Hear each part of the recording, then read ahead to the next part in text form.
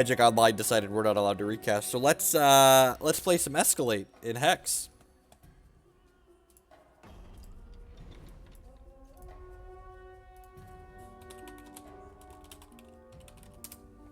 Would love to go first. So, yeah, this hand's great. It's got 3 resources in it. It's got an Arcane Focus. It's got some card advantage spells. Opponent's playing Dreaming Fox, which could actually be another Escalate deck, or it could be a Storm deck. I played Dreaming Fox in the Storm deck as well. Escalate is the Storm-esque deck. That is correct. So this is a Fate Weave resource. So when I play this out, I get to choose between Seek Fortune or Seek Adventure, so I either get to stack a resource or a non-resource on top of my deck. I think at this point I want to stack a non-resource.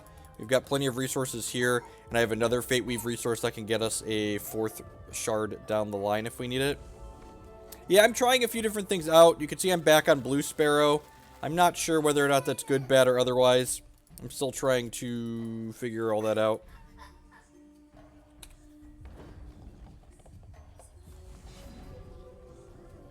And so the Thunderfield Seer is a prophecy called Mechanic, where it adds the line of text to the next action in our deck, draw a card. So I'm going to go ahead and Fate Weave with this Blood Ice and stack a non-resource on top of our deck, which most of our deck is action, so we're likely putting an action on top. And then I'm going to go ahead and play my Thunderfield Seer here to add a line of text to that. A good aggro deck that I would recommend to new Hex players. Yep, actually, depending on what your budget is. So the first deck list here is a good cheap aggressive deck. It's like 15 bucks. And the last list on there is probably the best aggressive deck in the format right now. It's a 2-shard aggressive deck called Redlings. What does Fate Weave do? Fate Weave lets you choose between resource and non-resource, and it stacks that type of card on top of your deck. So basically, it's kind of like a super scry. It gets you exactly what you're looking for. So my opponent here just played out a Diamond Threshold, so they're likely playing the Sapphire Diamond control deck, which is actually a pretty good matchup for us on average. They don't have a very quick clock. They have a lot of disruption for our combo-esque elements, but they don't have a lot of pressure to pair with their disruption. This Lanupaw site also utilizes the Prophecy mechanic. This is basically a delayed draw 3. So it adds a line of text to the next action, resource, and troop in my deck here when you play this draw card. So eventually we're going to draw 3 extra cards from that down the line. Yeah, random resource or non-troop. So it's basically like a super scry is the best way I can describe it. And the other thing that's important is Fate Weaving doesn't shuffle our deck. So that means that, like this Prophecy mechanic, if we shuffle our deck, we'd shuffle away those extra draws. But when we Fate Weave, because Hex is a digital TCG, it doesn't actually reorder the cards in our deck. How would you say the different resources line up with the magic colors in terms of function? They're pretty similar. The purple color here is essentially black, and then Sapphire Blue is blue islands. Hex in a lot of ways is like Magic Plus. It takes a lot of the things that are bad about Magic and reduces some of the variance from it. So you can see here, these are the same card. This is a Well of Cunning that gives me either threshold here, but this one is prophesized. It's been modified by that Lanupaw site. So when I play out this Well of Cunning, I get to draw an extra card, in addition to choosing a threshold here. So the resource system in Hex is a little bit different from Magic. One of the other things that's interesting is that you can see I have this little glowing thing here. On each side of the table, we each have what's called a champion, and not only does it determine our starting health total. I started with 21 health, my opponent started with 25 health, but I also get this ability here for 3 charges, so basically every time I play 3 resources, I get to draw a card and discard a card. So get a little bit of selection in here. I'm going to ban an extra resource at this point. My opponent's champion, for 7 charges, creates a draw 2. So they're kind of a longer, more controlling deck. I'm going to go ahead and ship in here with my Thunderfield Seer. Just kind of chip away at them. The deck that I'm playing here primarily is a combo control style deck. So eventually at some point we're going to draw a bunch of cards and then basically burn our opponent out with this card called Violet's Caress. This is, again, this one's prophesized. So in addition to looking at the top 2 cards in my deck, it's also going to draw an extra card afterwards. Where to start in terms of going more in depth. So yeah, so the new player experience needs a little work in Hex, but basically you can choose there's 2 different paths you can take essentially. You can either, one, spend your time playing the PvE stuff. That's the single player stuff where you can play completely for free and not spend any money. Or if you want to dive right into the player versus player at Hex, that's what I did because I enjoy playing against other people and being the competitive aspect of games. In that budget Hex article that I linked in chat there, you can go ahead and just pick up one of those decks. Hex Primal is a store that buys and sells Hex cards. They have a full secondary market, so you don't just have to, like, dust things and all that other nonsense. And basically, you get to... you can just buy a deck from them, and then the constructed ladder is completely free to play on. And once you have a constructed deck that's reasonable, you can just play as many matches as you want.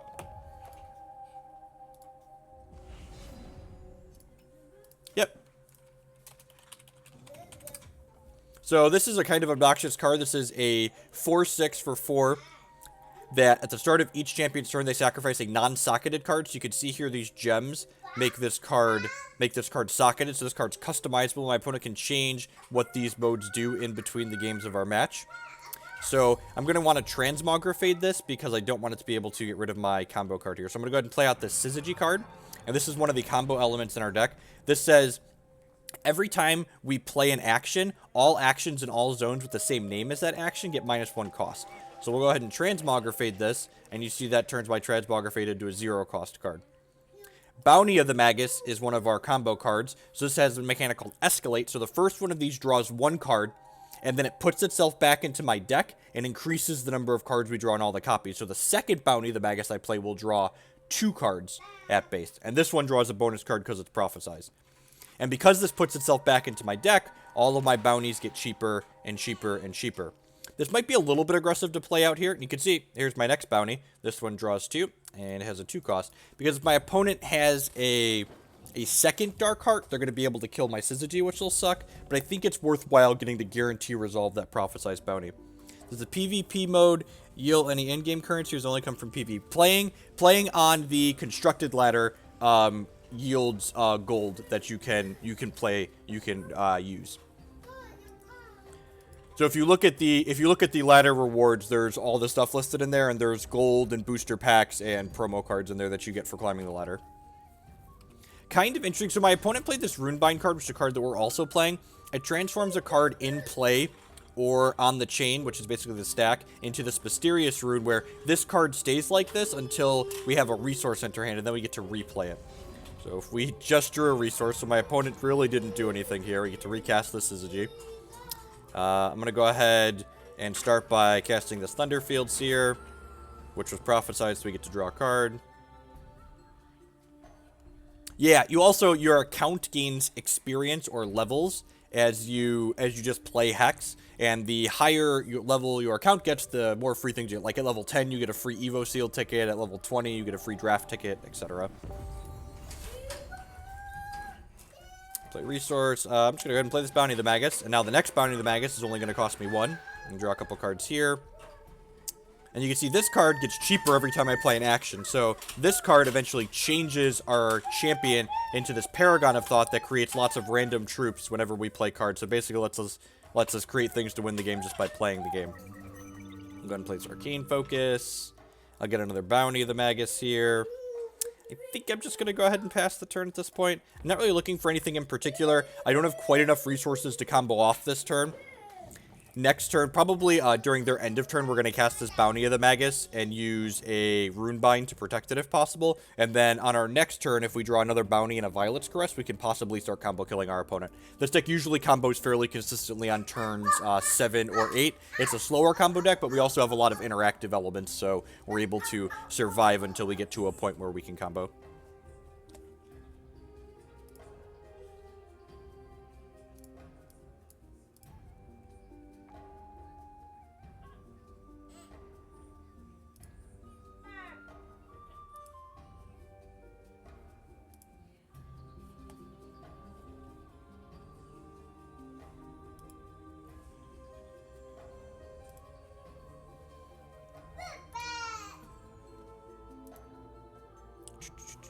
Opponent gets to attack here. Opponent's missing out resources a little bit here, which is good for us. They're kind of stalled on exactly what they're able to do. I'm not going to block with this Thunderfield Seer because I want to save that in case they have another Dark Heart. They do not, it doesn't look like, so I'll go ahead and play this Bounty of the Magus, which now my Bounties of the Magus are free. So my next Bounty of the Magus is going to draw 4 cards, and it's not going to cost me any resources. So this is how the combo aspect of this deck comes into play. We basically start chaining Bounties of the Magus together, so every Bounty we draw, we can just play. And then, at a certain point, we're going to draw the card Violet's Caress, which is another Escalate card that deals damage to our opponent. And we'll loop Bounties into Caresses to deal damage, into Bounties to draw more Caresses, and just burn our opponent out here, essentially. If our opponent has an interrupt for this bounty, they can respond to things that I'm playing on the chain. We have a copy of Runebind here, which will turn their card into a mysterious rune, so it won't be able to counter our thing anymore. And they likely only can play 1 interrupt here, because they only have 4 resources. So this bounty should be resolving, and we'll likely be running away with the game. And look at that. There's another Bounty of the Magus. So I'm going to go ahead and Bounty again at the end of turn here. And there's Violet's Caress. So this card does 1 damage to my opponent, and then it escalates and puts itself back into my deck here. So, yep, I'm going to go ahead and Evaporate. I'm going to Evaporate this Artisanal Cheesesmith at my opponent's end of turn, which just puts it back into their hand, just unsummon it, which makes this other Evaporate cost 0. There is a max hand size, but only triggers at your end of turn, just like in Magic, so I won't have to discard until my end of turn, and likely we're going to kill our opponent on our turn, so MTGO is never functionally up. So originally, I was going to recast my MTGO challenge matches from the weekend, but apparently Magic Online's replay function doesn't work with cards that name cards. So as soon as we cast our first Cabal Therapy, the replay crashed, which I cast a lot of Cabal Therapies in Grixis Delver, so we're not actually going to be able to watch these. We play another Syzygy, so now every time we play an action, it's going to make all the other copies cost 2 less. So let's play a Heart's Whisper here, which lets us go ahead and seek adventure. So we're going to get 1 non-resource for this, looking for a Bounty of the Magus. Okay, Arcane Focus, looking for a Bounty of the Magus. There is a Bounty of the Magus. So this Bounty of the Magus draws 5 cards at this point. So let's go ahead and Bounty and draw 5 cards. Looking for more Bounties of the Magus. We missed on more Bounties. Oh, this Evaporate recasts. Alright, so bounce your Artisanal Cheesesmith.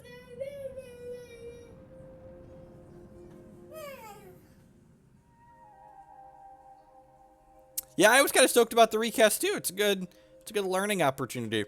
Let's go ahead and cast this Heart's Whisper, draw 2 cards. Again, looking for a Bounty of the Magus. Hey, look, a Bounty of the Magus. Alright, so let's go ahead and play a resource out here. And then we can Violet's Caress my opponent, which will make all of my future Violet's Caresses free.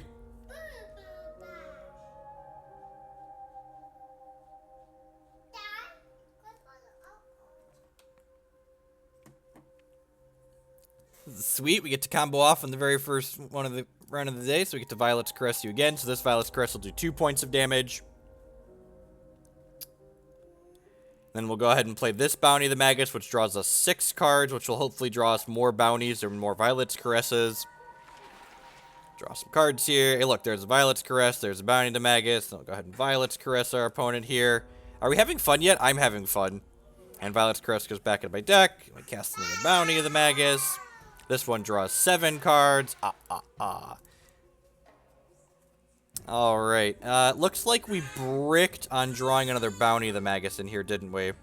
We did. Okay, so let's cast this Heart's Whisper before we do anything else. This stacks a non-resource on top of our deck and then draws us 2 cards. There's another Bounty of the Magus. Let's go ahead and Violet's Caress our opponent here. Alright, and now they should be dead, because this Bounty of the Magus draws 8 cards, and there's only 13 cards in our deck. And so we did draw 3 Violet's Caresses. I guess we could theoretically miss here, right? Nope, we hit 3 Violet's Caresses. So we get to go ahead and Violet's Caress you to death. This is my... Is there a way to get playsets of all standard cards that is not expensive? You could technically get every card in the game without spending any money, if you wanted. That requires a lot of grinding, though. You have to grind the free-to-play aspect and then turn it into what's the word I'm looking for? Turn it into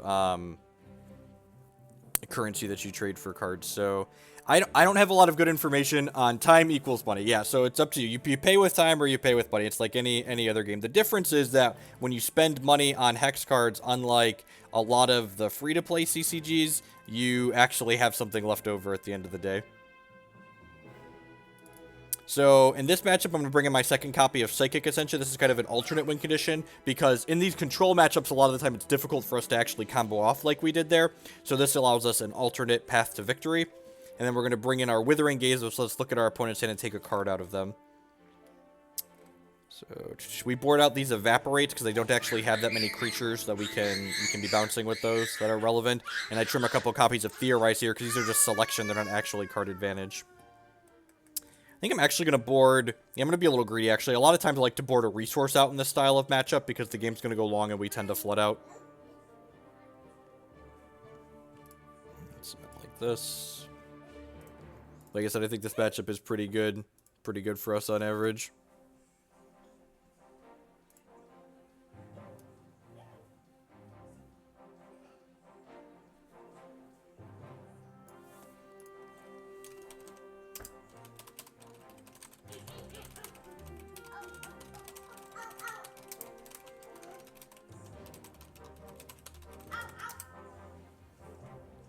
Are there any good spider decks that mainly isolated to PvE? There is a combo spider deck called Terror Mill that exists in Hex's non-rotating Immortal format. So it doesn't exist in their standard format, but in the Immortal format, there's a Fentio Tarantula deck that combo mills your opponent out of the game by putting a bunch of tarantulas into play.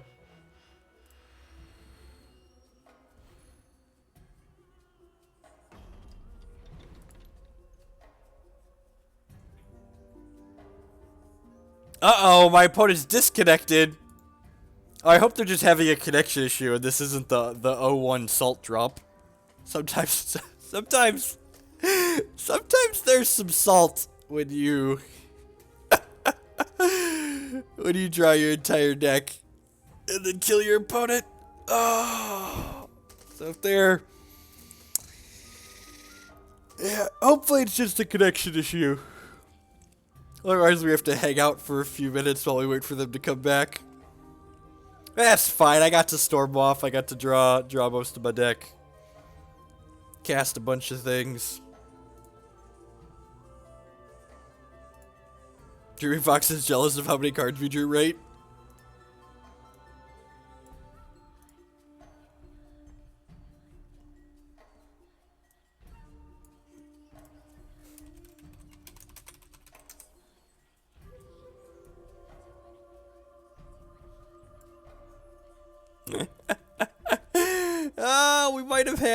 We might have had the 0-1 salt drop. That's fine. Couple minutes here. Thanks everyone for hanging out here this morning. I know we were originally planning to do some magical stuff, but Magic Online is quality software and it had other plans for us. So we were unable to recast my matches from that event because of that.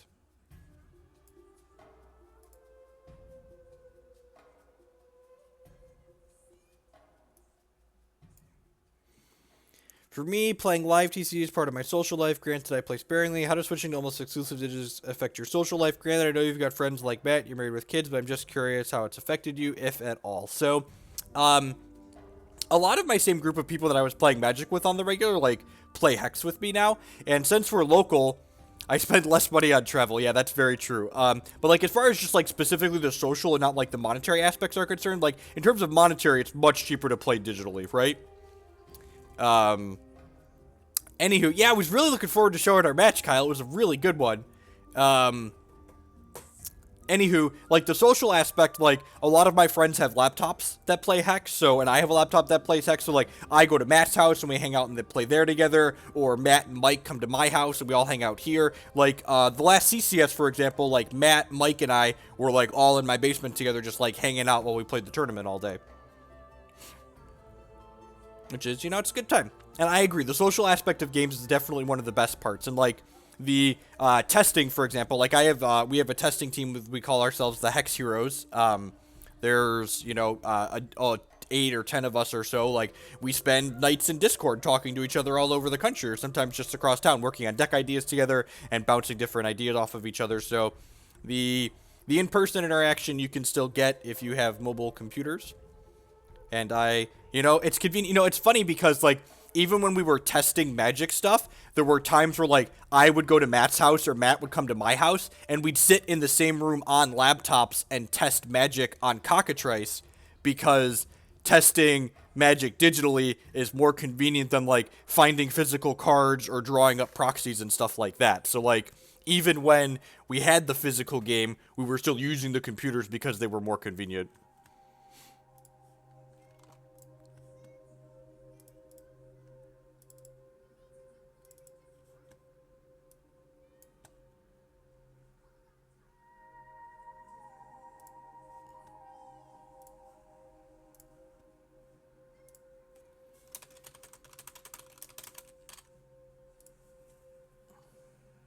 Yeah, exactly. Especially in formats like Modern and Legacy, where, like, there's a lot of shuffling.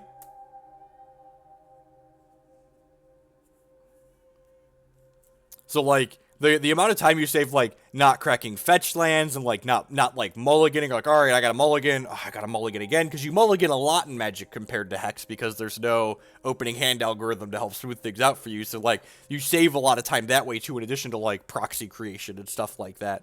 Hey, Atomic Gather Icon.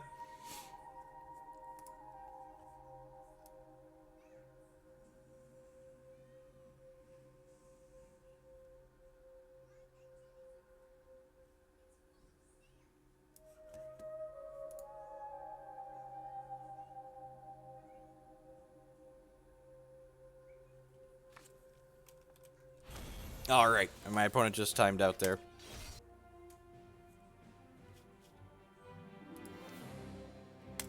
Let's get another match here with the Escalate deck. Rank 7 on the ladder now. Exciting.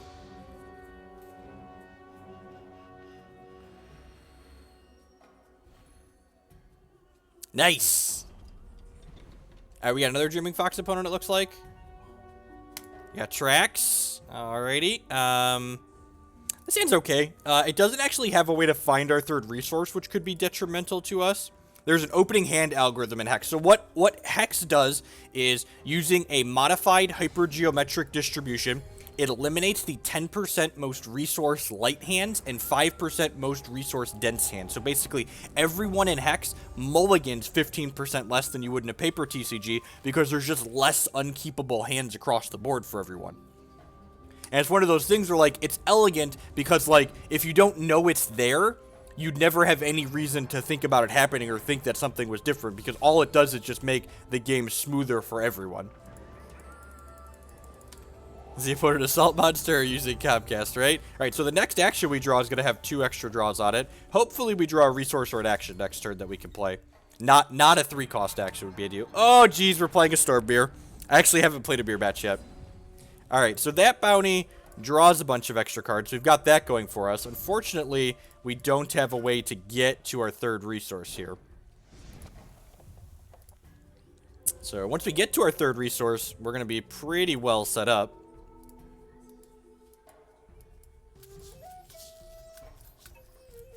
I'm going to go ahead and Runebind this just to spend my resource this turn, because if I draw a resource next turn, I'm not going to be able to play this anyways. I'm not going to be able to play the Runebind out anyways. Come on, Shard. Another Runebind. Alright, you can see this Runebind's free now, at least. Kinda sucks that our Prophecies went on to something we couldn't cast yet.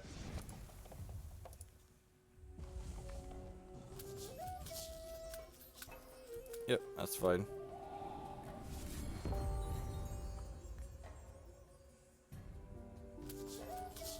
Yep, that Lanupaw site is free. Yep, that Lanupaw site is free. Well then, they're about to draw a lot of cards. Alright, we hit a resource here. I'm just going to go ahead and attack with both of these. So, I'm going to try and choke my opponent on resources a little bit here. I'm going to cast this bounty, the Magus, during their ready step. I have this Runebind to fight over it if they have a Runebind.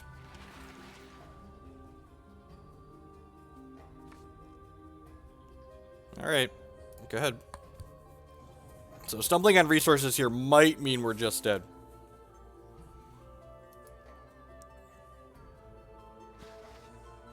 Bounty of the Magus. I'm going to go ahead and Runebind their Bounty of the Magus here. Hopefully this will stop them from drawing cards. Sweet. Alright, so we might have some breathing room here if they can't trigger this turn. Awesome. Alright, so let's go ahead and Arcane Focus to start. Looking for a Bounty of the Magus here, basically. Another Lanupaw site. Okay. Let's play this. I think I'm just playing these Lanupaw sites out now at this point. Go ahead and get in a hit for 2 here. Will you play the Reanimator deck later, maybe? Yeah, we'll 10 out of 10 play some more with the new Reanimator deck. And they drew a resource, so they got to recast this. Yeah, I'm just going to keep these Runebound at this point, because if they're Bounties of the Magus Snowball, it's going to be kind of scary. Yep, that's a big scary Hearts Whisperer, so they get to recast this Bounty anyways. Alright, I'm going to hit my auto pass key and let them do their thing. We might just die here. This is what we do to other people. I really don't like the Hearts Whisper AA. I like the regular one better. Oh, yeah, I did, Griffin, didn't I?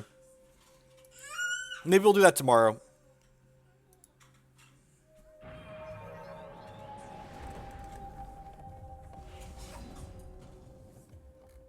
Alright, there's another Bounty of the Magus for us, so let's start with that. And then we drew another Bounty of the Magus. Let's play that.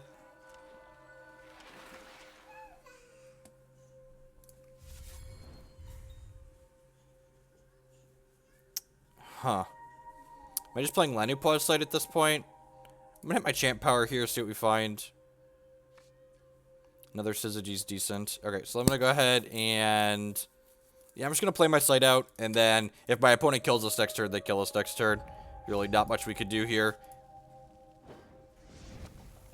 Postboard will have a little bit more play to it because we'll both have Withering Gaze in our decks, but yeah, game 1, we don't have a ton of interaction on either side of the table here.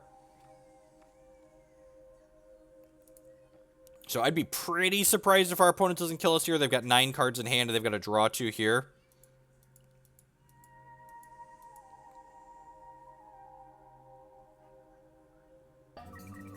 Yeah, but, like, they were going to get those cheaper anyways if they were drawing more, so, like, I think delaying the Escalate on that was fine. It's definitely not ideal, but I think it's better than not slowing him down.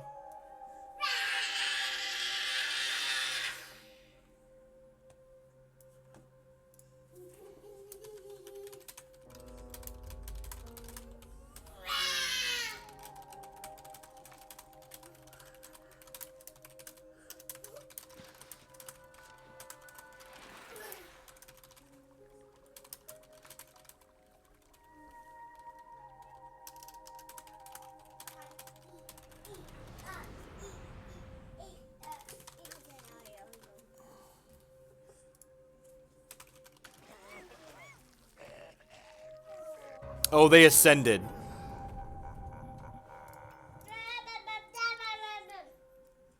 Are we getting comboed here? If we're not getting comboed, we might untap and combo them. Sheep! With the 4-month 3 subscription. Thank you very much. I appreciate the continued support. Welcome back. That's Prophesize, so let's lead on that. Sweet! I didn't think we were going to get an untap there.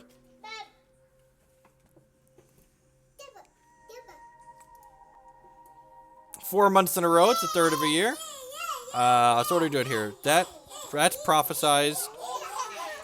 Hats with the 10-month 3 subscription.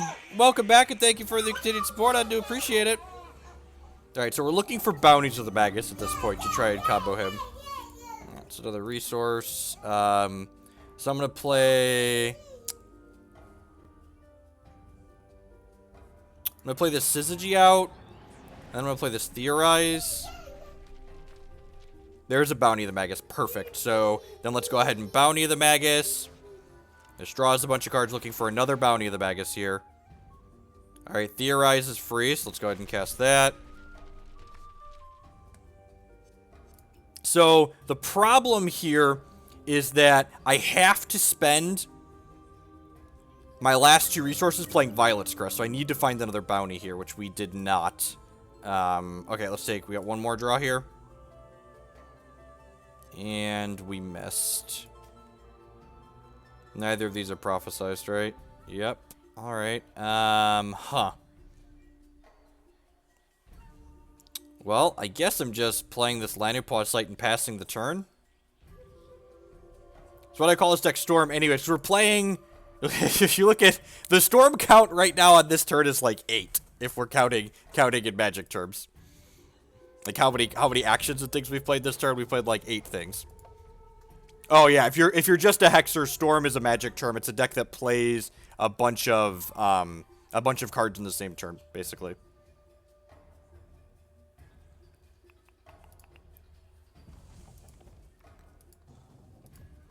So, and again, now we're actually playing a Storm Mirror here. Escalate Mirror. Our opponent could just kill us, theoretically. If they don't kill us, the double Heart's Whisper should be pretty good next turn. Maybe I was supposed to keep that resource. Although I guess this costs 3, and then this costs 1, and then I can still play these. Went really bad at drawing Bounty of the Magus today. These Evaporates will be things that are coming out of our deck. Oh, this is Prophesized. Huh.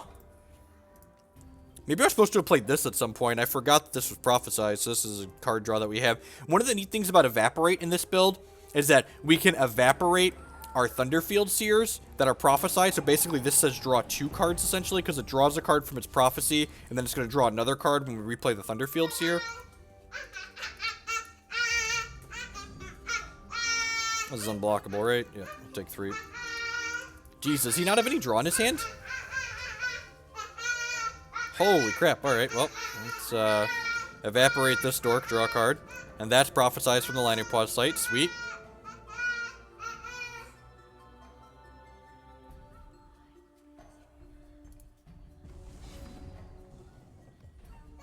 Alright, let's go ahead and play Thunderfield Seer out, which draws a card. Oh, we found our Psychic Ascension. I'm gonna go ahead and Heart's Whisper here. Put a non-resource on top of our deck, draw 2. We hit a Bounty of the Magus. Alright, so I think we're going to try and start comboing our opponent. Now, how many cards does this draw? This draws 8 cards. Alright, so let's just try and Violet's Crest our way through our opponent's life total here.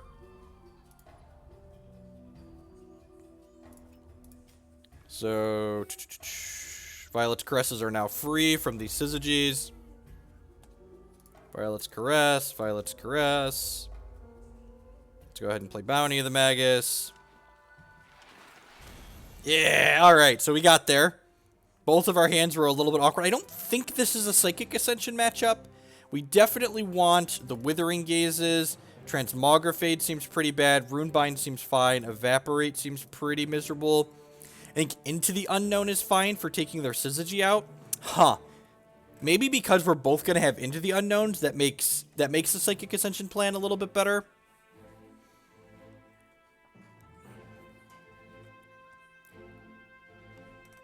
I think I'm just supposed to click Submit here. I think I just want the Withering Gazes and a couple Into the Unknowns. I think Runebind is fine, because delaying their interaction on our stuff on key turns is pretty important. So let's submit like this.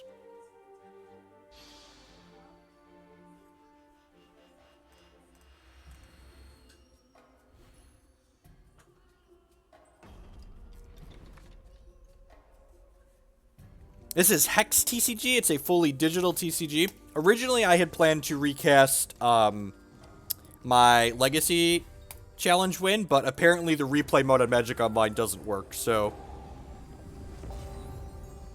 We drew our 3rd resource here, which is perfect, so we'll get to Lanupaw site or Heart's Whisper on curve.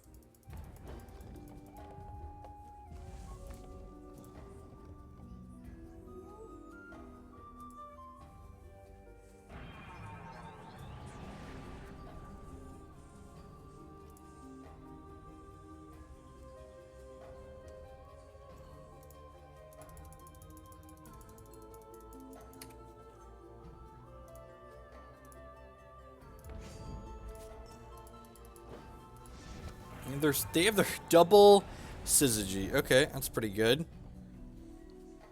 Probably just gonna Violet's Caress their Dorko here. Like, take their little bit of pressure off the table.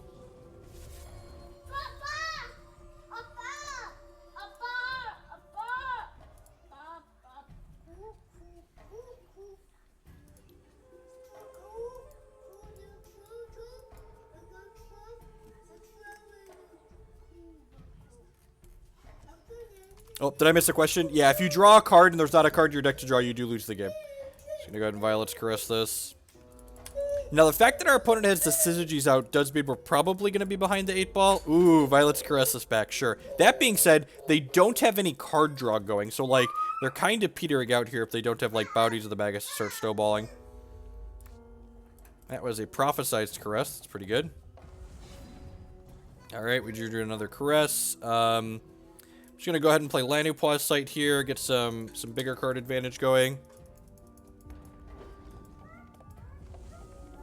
There's a list on the left, the pre-board current list. No, this is a post-board configuration. The deck list on the screen updates as we submit. If you look at my Hex decks link below the stream, there are current configurations under there. So the list on the side there is the current card, the current 60 that we have registered.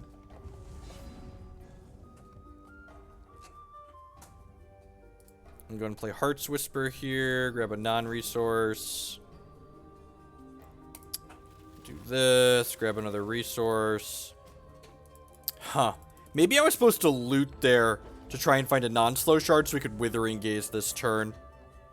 Because our opponent could very well combo us. They've got 2... Okay.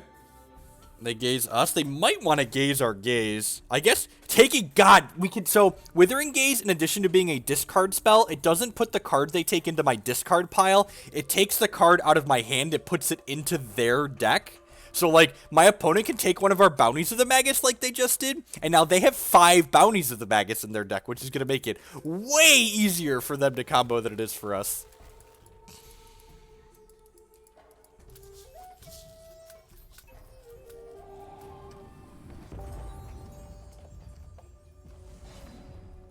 Huh. God, so, like, they've already...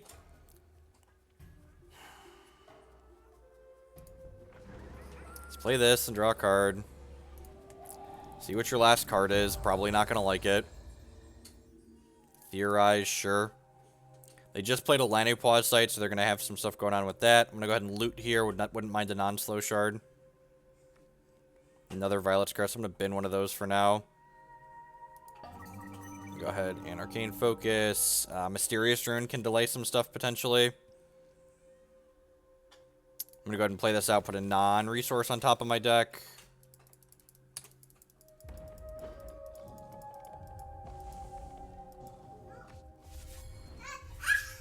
Yeah, Mono Ruby seems reasonable.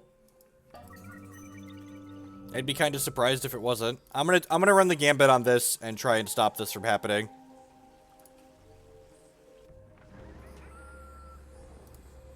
That being said, like, they're probably going to draw cards to draw more cards, so, like, they're probably going to be able to recast this, but, like, on the off chance they bricked there, we're going to be in a good spot.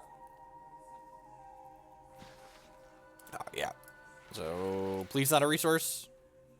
Okay, hopefully they can't cast this. Nope, their bounties are now free, so good chance we die this turn. Their bounties are free and their caresses are free, so let's auto-pass. Having Syzygy early is pretty important. Yeah, I think I'm going to board in all the Into the Unknowns for the third game. Because statistically, we're probably dead here. Yep. Especially since they have 5 bounties in their deck with Withering Gaze. I also think, so aggressive decks are... Whoa, are we getting a turn? Alright. I'm going to lead on this. Looking for Syzygy's at this point so we can start snowballing ourselves. Withering Gaze, sign me up. What you got over here?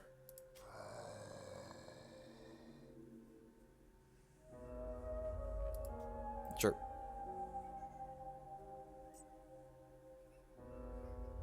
Yep.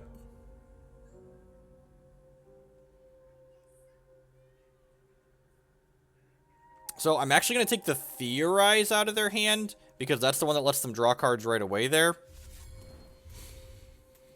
I'm going to hit this, because we're looking for a Syzygy at this point. We did not find it. Oh, wait, was that prophesized? It was not. Alright. Bounty of the Magus, again, looking for Syzygy.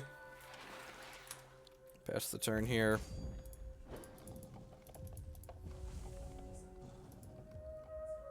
I can Runebind Dreaming Fox. I can Runebind the Dreaming Fox and get another turn out of it. Like, I have to just stop them from trying to find cards here, Tom, because if they find cards, we're losing the game almost certainly.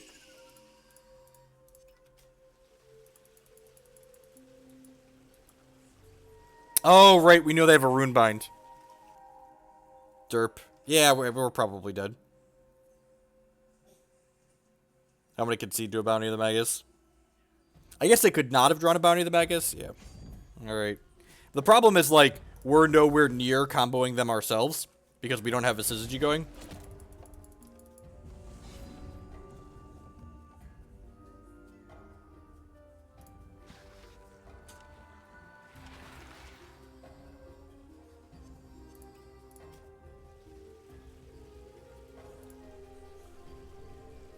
So, like, even though we got another turn here, we're not actually going to be able to do anything with our extra turn. That's profitable or good for us.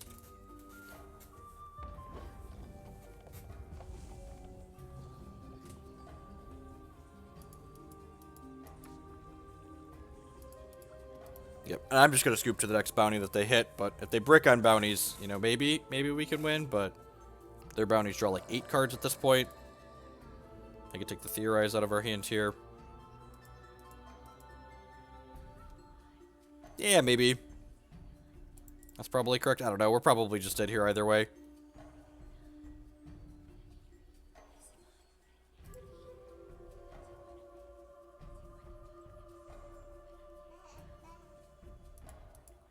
Quickly took her Theorize. Need to recast the Syzygy. That doesn't matter at this point.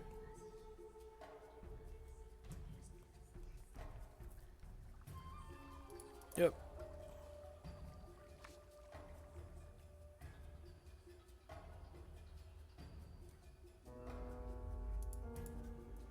I just need one more caress here to kill us.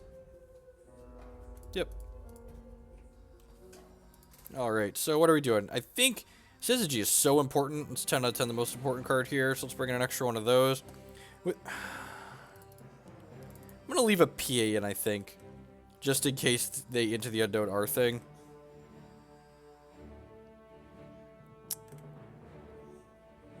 I'm trim a Runebind. It's kind of mediocre, it feels like. It's definitely worse disruption than Withering Gaze.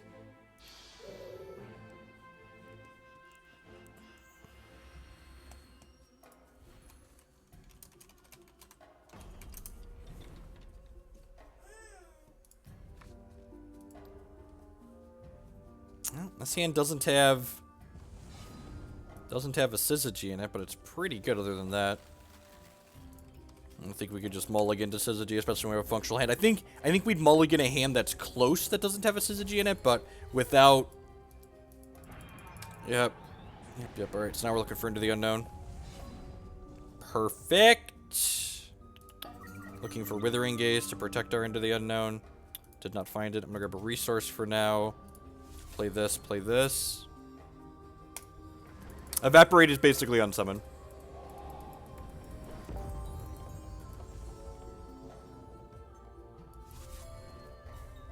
Don't have another Syzygy.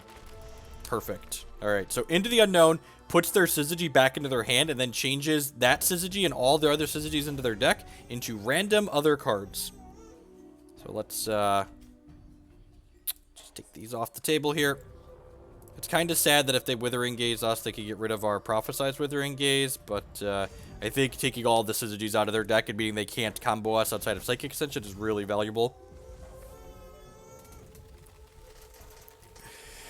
So if they gaze us, they're probably taking our gaze since it's prophesized.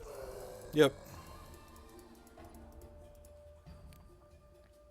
These draw twos, like it's close. I think you're supposed to take the gaze, yeah, just because like I could hearts plus gaze next turn, so... Theorizes are the only things that are cheaper at this point. Discarded a Cavern Sentry that was originally a Syzygy. Oh, perfect. Just draw a non-resource with this. Syzygy of our own. I think I want to avoid playing this out because they probably have Into the Unknowns in their deck too, so let's go ahead and Withering Gaze to see what's up. Heart's Whisper and 2 bounties. Yeah, I'm going to take one of their bounties at this point. Again, getting an extra bounty into our deck is pretty valuable.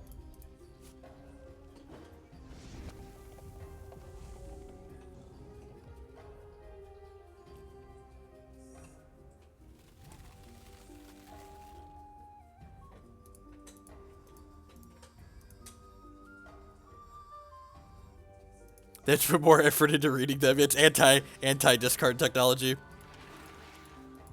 I think I'm actually going to hold this Syzygy until I get a turn where I can play it with some Escalate spells. Oh, well, now I have 2 of them. So now I'm just going to play both of these out.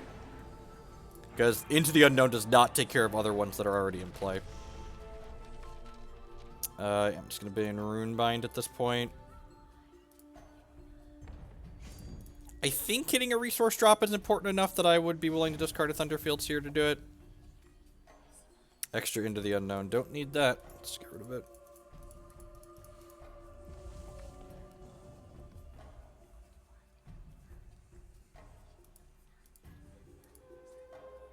So they have the cards, but we have the Syzygies, so this is kind of like the position we were in last game against them that they ended up winning.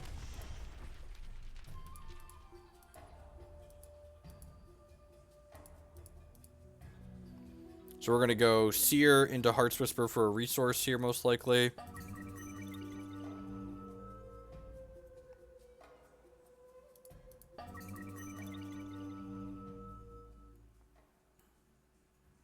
Yeah, they can, Aaron. They can gaze, which is another reason to play both of them out.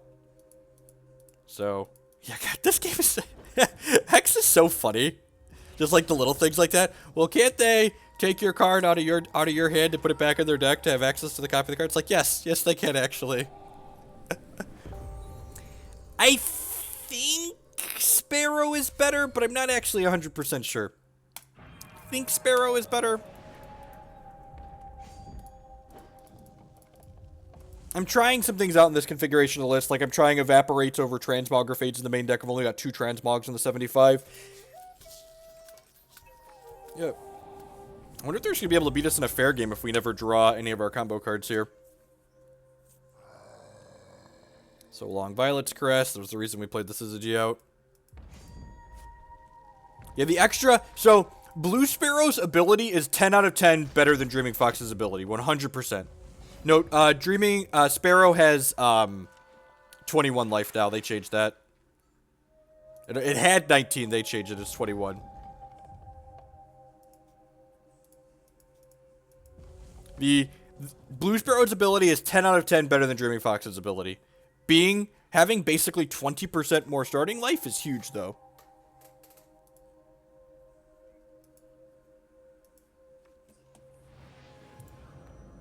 Ooh, I get to Fate Weave every turn? Don't mind if I do. This was originally a Syzygy here. We could see it there. I wonder if they didn't realize this was quick. Oh, they wanted to draw the card off of it. That makes sense.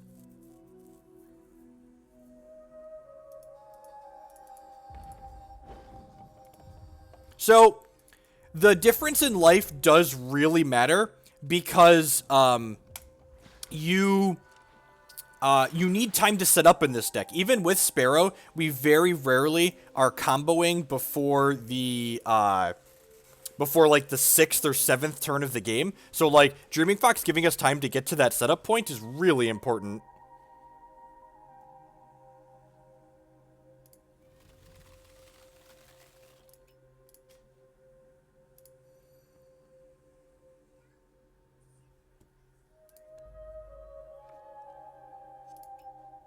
Discard this Syzygy because I don't want them to be able to Withering Gaze it.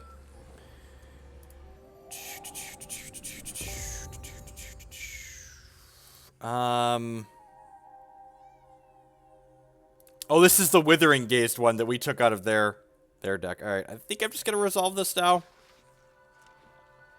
Draw 4. Draw 5.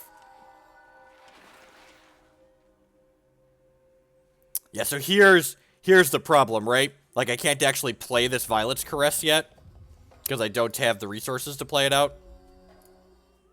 Oh, that was prophesized, wasn't it? It was double prophesized. Oh, lordy.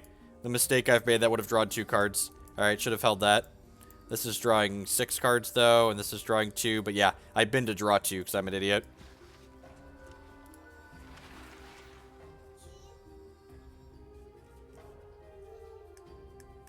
The replay just isn't going to work. It isn't, this didn't work now. It didn't work and it's never going to work because it's broken with Cabal Therapy and cards that name cards.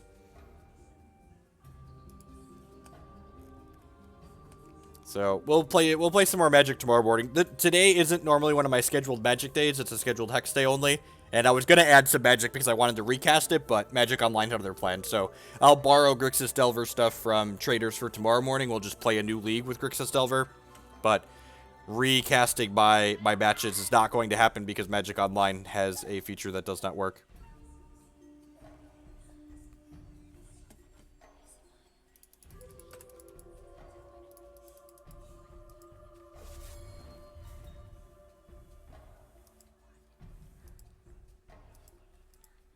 Yep, peace, Warlord. I'll be on tomorrow for sure with magical stuff.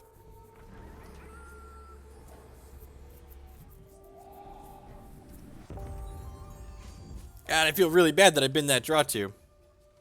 Dumbledoreko with the brand new Twitch Prime subscription. Thank you very much. I do appreciate that. Welcome. Welcome, welcome, welcome. Violets caress me the old-fashioned way. Yep. They technically missed a point of damage here. Because this gets bigger. Yeah, we might have to Into the Unknown this vision. Actually, we're probably going to Violets caress it, right? Yeah, let's just nip that in the bud here. And then we're probably going to combo them with the second bounty draw here.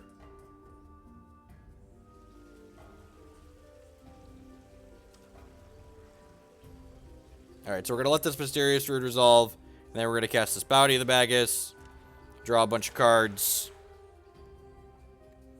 And now this Violet's Caress is going to go upstairs here.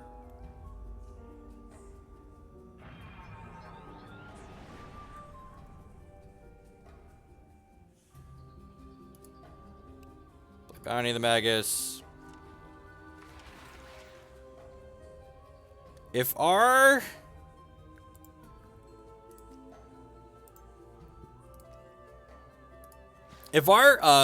caresses line up in the wrong spot here, we might not actually be able to kill them.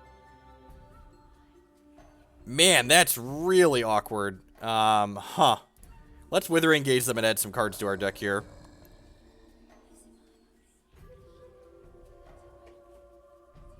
Hey, an extra Violet's Caress. God bless. Alright, and now this draws 8 cards. There's 10 cards in my deck.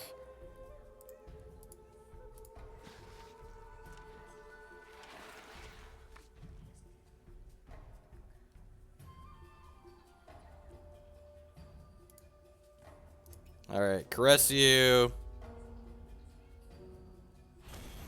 Alright, he packs it in. Alright, so I think we were going to be able to get there if they didn't concede. Pretty sure.